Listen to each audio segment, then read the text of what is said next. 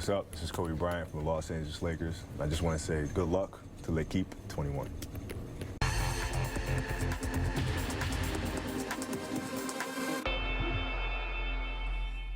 Bonsoir à tous et bienvenue sur l'équipe 21, une chaîne aînée ce soir. Merci à tous d'être là. Merci de nous rejoindre. Merci de votre fidélité pour ceux qui étaient déjà là. Bonsoir Lionel. Bonsoir Gaël, bonsoir à tous. Nous y sommes, on peut le dire. Une nouvelle équipe est née un petit peu comme en juillet 1998 avec beaucoup d'humilité, de l'enthousiasme et quelques incertitudes. Nous allons essayer de gagner le pari de l'équipe 21 et surtout vous séduire, vous, les téléspectateurs de l'équipe 21. Et qui mieux pour nous accompagner pour ce lancement que de vrais champions du monde 98, champions du monde de football. Monsieur Emmanuel Petit, monsieur Christian Carambeu, bonsoir. Bonsoir. Bonsoir. Et merci d'être là. On va saluer également de l'autre côté Christian Califano. Bonsoir Christian. Bonsoir. Habitué de la maison, un Christian Califano qui se sent un petit peu seul pour l'instant, mais vous allez le voir, ça ne va pas durer. Bon, je suis excité de retrouver la nouvelle chaîne l'équipe 21. Juste le temps de prendre l'avion et puis voilà, je vous souhaite en tout cas de passer un bon petit moment devant la nouvelle chaîne l'équipe 21. Ouais, je vous mets la petite étiquette verte. J'y vais. Hein. Et Kobe Bryant, que vous avez vu dans le générique, a eu un petit empêchement. On l'entendra quand même un petit peu plus tard dans cette émission. Je n'oublie pas de saluer Pierre Niguet. Pierre, bonsoir. Bonsoir Gaël, bonsoir, vous serez sur ce plateau du Grand Tour tous les soirs à partir de demain. Également, on a de la chance, en tout cas ce soir, parce que l'actualité est bien chargée. On parlera de foot avec Pierre dans quelques instants. Quelques questions quand même d'introduction pour ce lancement. Messieurs les champions du monde, Christian Carambeu, Emmanuel Petit, à part le bonnet de Frédéric Michalak, les clés du succès, quelles sont-elles, Emmanuel? Je vais en citer quelques-unes, j'en oublierai certainement, mais je dirais du professionnalisme, de l'abnégation, de la convivialité, l'esprit de camaraderie, mais aussi de l'abnégation et de l'esprit de créativité également. Christian? Oui, je le rejoins, il y a l'effort, la motivation, puis la réussite aussi, au bout. Ouais. Vous voyez ce qu'il nous reste à faire. D'après tout ce qu'on a vu dans l'équipe l'ensemble de la 21, bien rédaction, il y a déjà pas mal de choses qui sont là. Nous sommes ensemble jusqu'à 20h45. Voici tout de suite le sommaire de cette émission. La 17e journée du championnat de France de football en Ligue 1. Après sa victoire du PSG hier, Lyon va tenter de conforter sa place de leader ce soir face à Nancy. Nous serons en duplex avec le stade de Gerland. Focus sur le buteur Bafé Gomis. Gros plan également sur Bastia-Marseille qui démarre à 21h. Le PSG a donc repris sa marche en avant après Évian et Valenciennes qui a été sévèrement battu hier soir. Paris est-il sorti de crise? La réponse avec nos experts à 18h45 et vous découvrirez cet homme, Lucas Moura, à 20h30. Soirée de prestige sur l'équipe 21 à 20h45. En direct, la cérémonie du champion des champions. Les hommes et les femmes, les stars françaises et internationales qui ont marqué l'année 2012 seront avec nous ce soir. Julie Reynaud et France Piron nous attendent à la Plaine Saint-Denis. Nos grands témoins du soir, Alexis Pinturo, vainqueur du slalom de Val d'Isère samedi, sera en duplex avec nous. Nicolas Karabatic et Florent Manodou, tous deux champions olympiques, se sont livrés en exclusivité pour l'équipe 21. Vous les entendrez.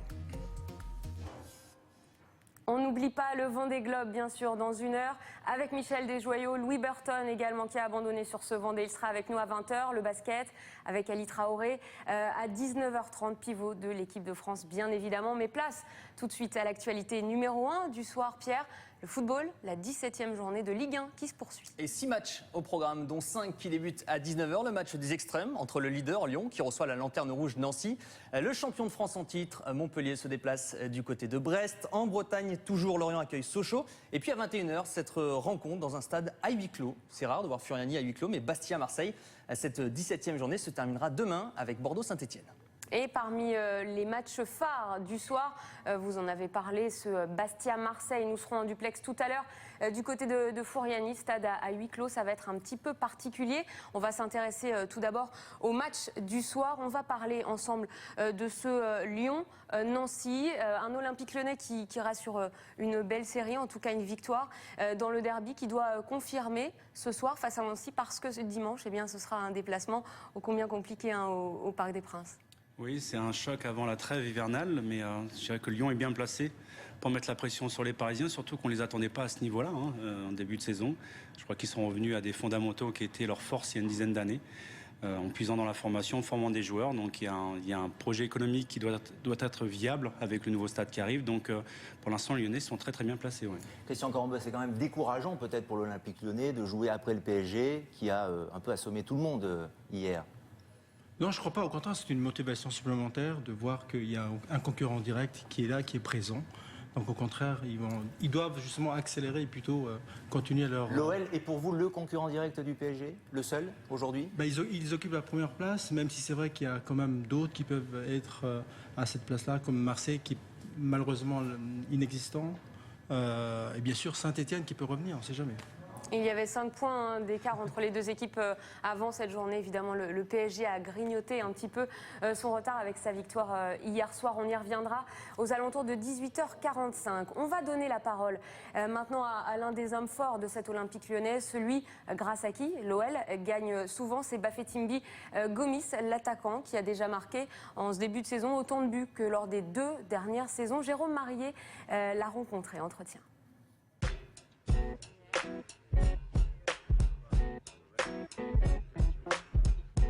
La finition, c'est important, mais voilà, j'ai un registre particulier où j'ai un devoir vis-à-vis de l'équipe au niveau de la récupération du ballon et de récupérer et de garder haut le ballon. Et je pense qu'après le but c'est secondaire parce que je pense qu'aujourd'hui si on est leader et si l'Olympique Lyonnais joue bien, c'est parce que plusieurs joueurs ne jouent pas que la carte personnelle.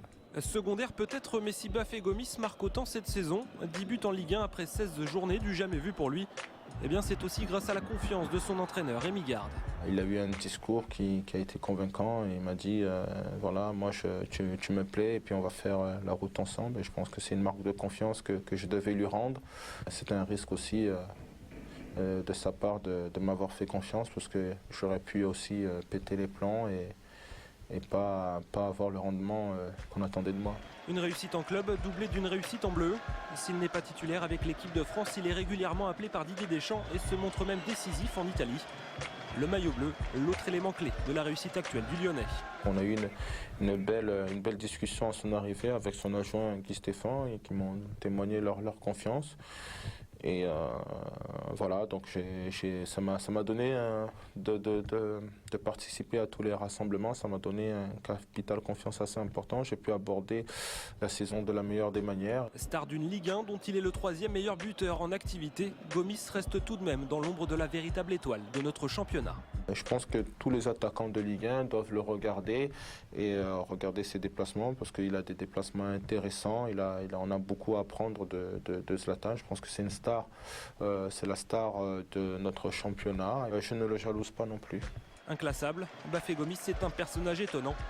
Une panthère au calme olympien. On le voit quand je marque que je suis quelqu'un qui intériorise beaucoup mais qui peut lâcher aussi à tout moment. Je suis un être humain comme les autres. J'ai la joie de vivre, mais bon, c'est vrai que j'essaie de prendre les choses avec beaucoup plus de recul. Tellement de recul qu'à 27 ans passés, le sage et studieux Gomis a décidé de passer son bac. Définitivement, un personnage à part dans ce football actuel. Je n'avais pas pu terminer ma scolarité quand j'étais à Saint-Etienne. Donc je me suis dit qu'il n'était jamais trop tard pour reprendre. Voilà, donc à l'époque, mon envie d'être professionnel était plus forte que l'envie de continuer la scolarité. Puis aujourd'hui, j'ai fait le premier pas pour reprendre ces cours et puis ça se passe bien, tant mieux. Bafé Gomis, son entretien avec Jérôme Marier. Il sera titulaire ce soir face à Nancy, où il faut dire Bafé. J'étais reprise par Christian Caron. On a eu des cours de linguistique avec des cours de linguistique pendant ce sujet. Avant d'entrer dans ce match, je voudrais juste une question, messieurs. Il parlait de l'équipe de France. Bafé Gomis et de l'importance que ça a dans sa carrière. Expliquez-nous, justement. L'équipe de France, ça représente le Graal pour n'importe quel sportif, dans tous les sports confondus. Donc c'est la concrétisation un petit peu de tous les efforts accumulés durant une saison. Donc il y a une certaine reconnaissance là-dedans. Mais Moi, j'ai une réelle admiration pour lui parce qu'il a fait preuve de beaucoup d'altruisme et d'humilité ces derniers mois. Il en a pris plein la tête ces dernières années. Et il a toujours répondu présent et de très belle manière. Il a préféré parler sur le terrain plutôt qu'en dehors. Et il va peut-être parler ce soir. Normalement, il sera titulaire face à l'Olympique Lyonnais. On va savoir ça immédiatement en direct et en duplex avec nous du stade de Gerland, notre envoyé spécial Stéphane Garabet. Bonsoir Stéphane. Peut-être avez-vous déjà des informations concernant la composition d'équipe que Rémi Garde va aligner. Et si notre héros du soir, on en parle, Bafé Gomis, est titulaire. Bien sûr que Bafétimbi Gomis est titulaire. Lisandro Lopez fait tout juste son retour dans le groupe. Il est sur le banc ce soir. L'attaque lyonnaise sera composée de Michel Bastos, Bafétimbi Gomis, donc, et Alexandre Lacazette qui occupera le côté droit. Rémi Garde qui a dû un petit peu bricoler, notamment au milieu de terrain, avec les suspensions de Maxime Gonalon et l'absence des deux G, Grenier et Gourcuff, tous les deux blessés. Il y a également la suspension de Dabo qu'il faut pallier. Alors Mwemba sera titulaire au milieu de terrain. Ça manquera peut-être un peu de créativité, mais enfin l'Olympique Lyonnais, leader de Ligue 1, a tout à fait les moyens de se sortir